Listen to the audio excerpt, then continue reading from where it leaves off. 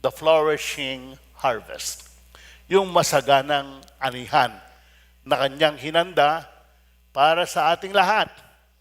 Para sa ating lahat. Kaya wag mong i-exclude yung sarili mo.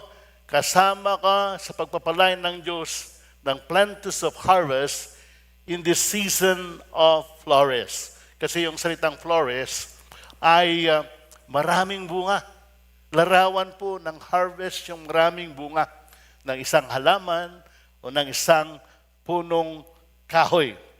Na kahit dito sa ating kalagayan ngayon, na kitang-kita natin, damang-dama natin yung krisis na nangyayari. Noong January, when I preached the message the first Sunday of the year, ay binanggit ko na itong krisis na darating. Wala pa yung mga pagtaas ng oil, ng langis. Wala pa itong gulo na nangyayari. Pero ito kitang-kita na natin. Ang nangyayaring mga kaguluhan, nangyayari na mga kahirapan, lalo na sa ekonomiya natin. Pero ito ay sinasabi na ng Panginoon noon pa man, na darating ang mga tribulasyon sa mundo, tribulations, darating ang kaguluhan, darating ang kahirapan. Pero huwag kayong mag-ahala-ala dahil binigyan ko na kayo ng kapayapaan. Naranasan ko na ito. Kaya huwag kayong mag-alala, ibig sabihin ng ating Panginoon, tayo po na mananampalataya ay hindi po tatablan ng anumang krisis. Instead, in the midst of crisis, we shall flourish. Dapat ito yung panindigan natin. Tatay natin ang Diyos. Ama mo ang Diyos. Yung ama, uunahin niya yung mga anak. Mabait po ang Diyos. Pinagpapala niya lahat ng tao. Pero meron siyang itinatangi yung kanyang mga anak. Kung ganyan ang paniwala mo ay talagang mangyayari sa iyo, the words of God are experiential. What you believe and how you believe, that is what you get. That's what you experience, beloved. Na kaya makikita mo bakit yung iba pinagpapala.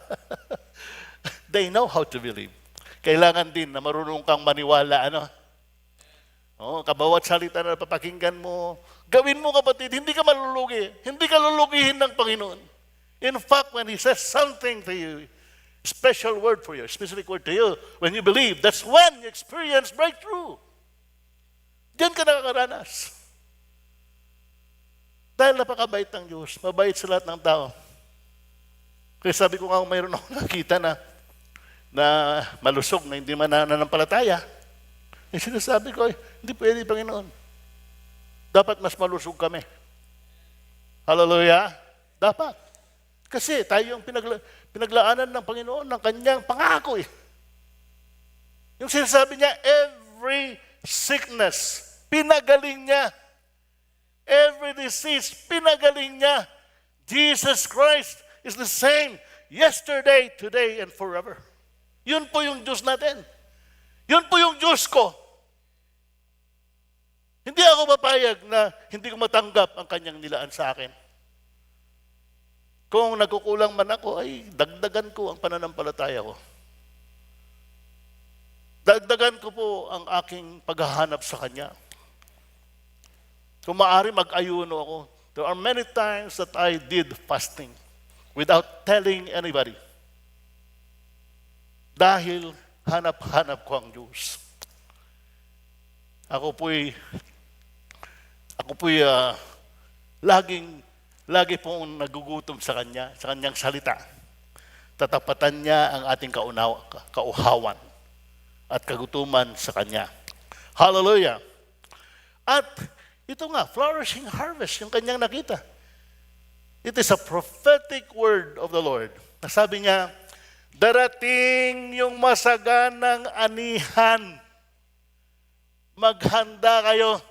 Darating ito. Darating ito sa ating kapanahonan. Ito ang maganda sa Diyos, hindi siya sinungaling. Yung mga tao sinungaling. Huwag kang magtiwala sa tao. Hindi perfecto yung kanyang sinasabi. Pero ang Diyos, magtiwala ka, walang papalso sa kanyang mga pangako. Glory to God. na ito ay mangyayari. Sabi niya, itong flourishing harvest na one day ito ay mangyari noon sa ating kapanahunan. This is what we are expecting in the year of florist. A flourishing harvest. At dapat kasali ka dito. Pakisabi, kasali ka dito, kapatid.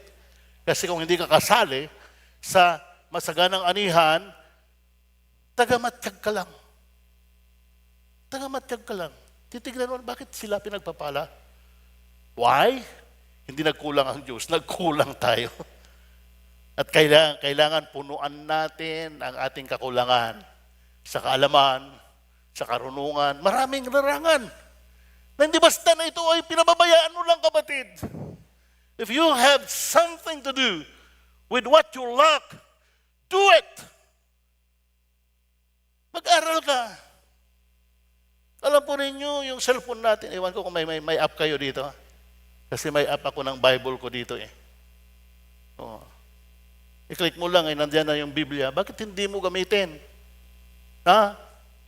Ang dami mong app, pero bakit wala kang app sa Bible?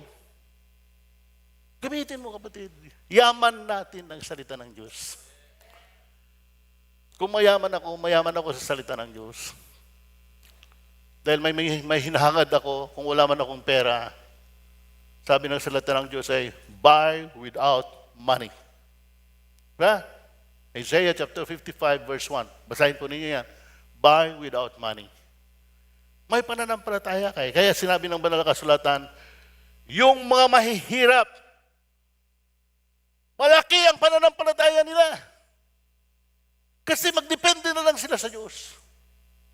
At kung magdepende ka sa Diyos, hindi ka i-disappoint ng Diyos kung nakadepende ka sa Kanya. Yung mayayaman, may pera eh. They don't need money or they don't need faith. If they can produce what they are desiring by their money. Bakit manampalataya ka kung may pera ka? Di ba?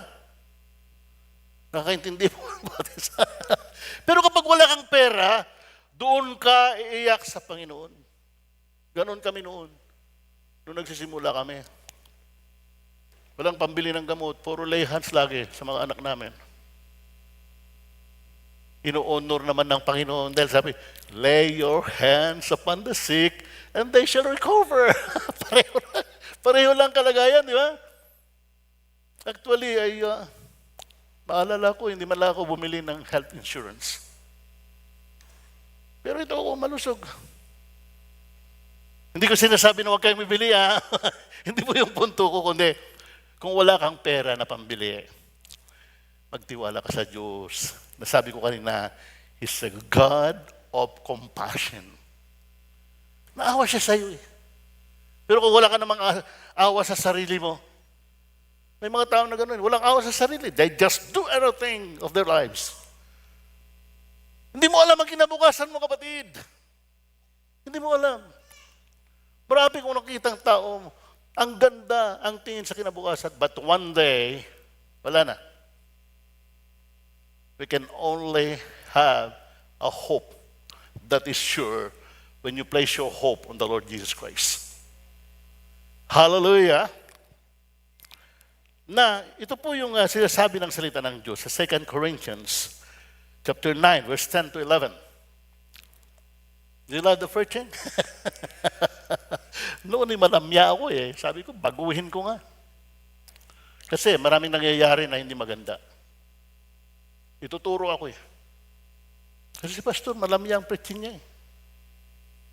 Hindi niya sinabi. Iba na ngayon. Oo. Kung hindi mo isuko yung buhay mo sa kamay ng Diyos, delikado ka. Delikado, kapatid. Noon, paligoy-ligoy. Pero nakita ko sa eksperyensya ko bilang Kristiyano, when our life is not totally surrendered in God's hands,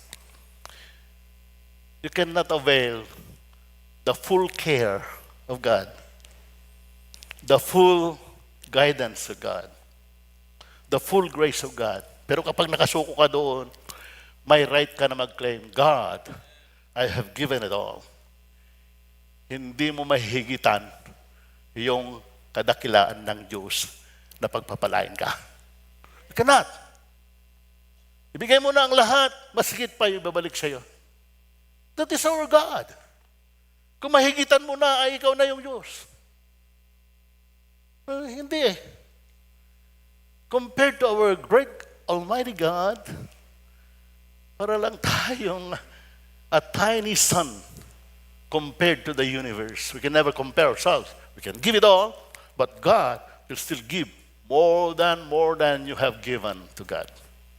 Hallelujah. Now may He, God, supply seed to the sower. Binigyan ka ng binhi na itanim mo, kapatid, ha? Remember that. God gives us the seed to sow.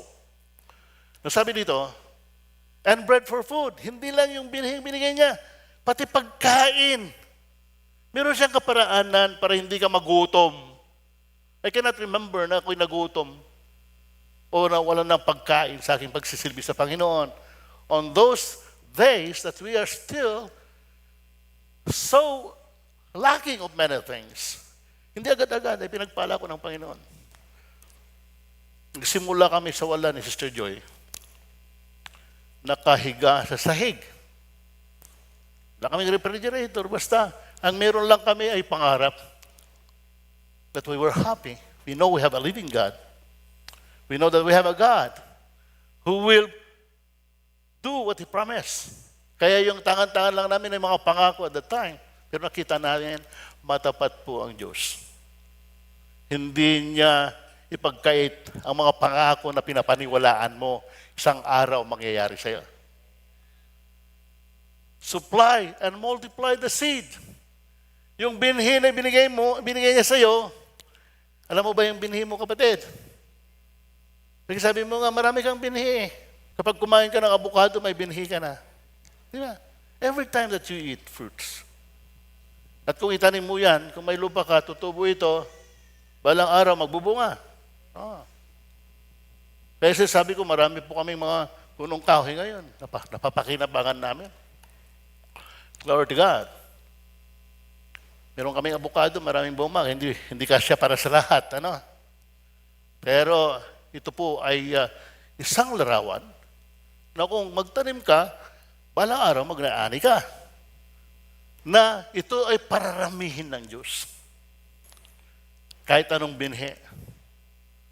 At ang pinakamahalaga na sasabi niya dito ay yung binhi ng salita ng Diyos. That's what I preach in our anniversary.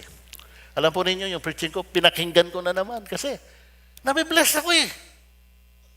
Nabibless po ako. Mensahe po ito na galing sa Diyos. Hindi po ordinaryo na salita.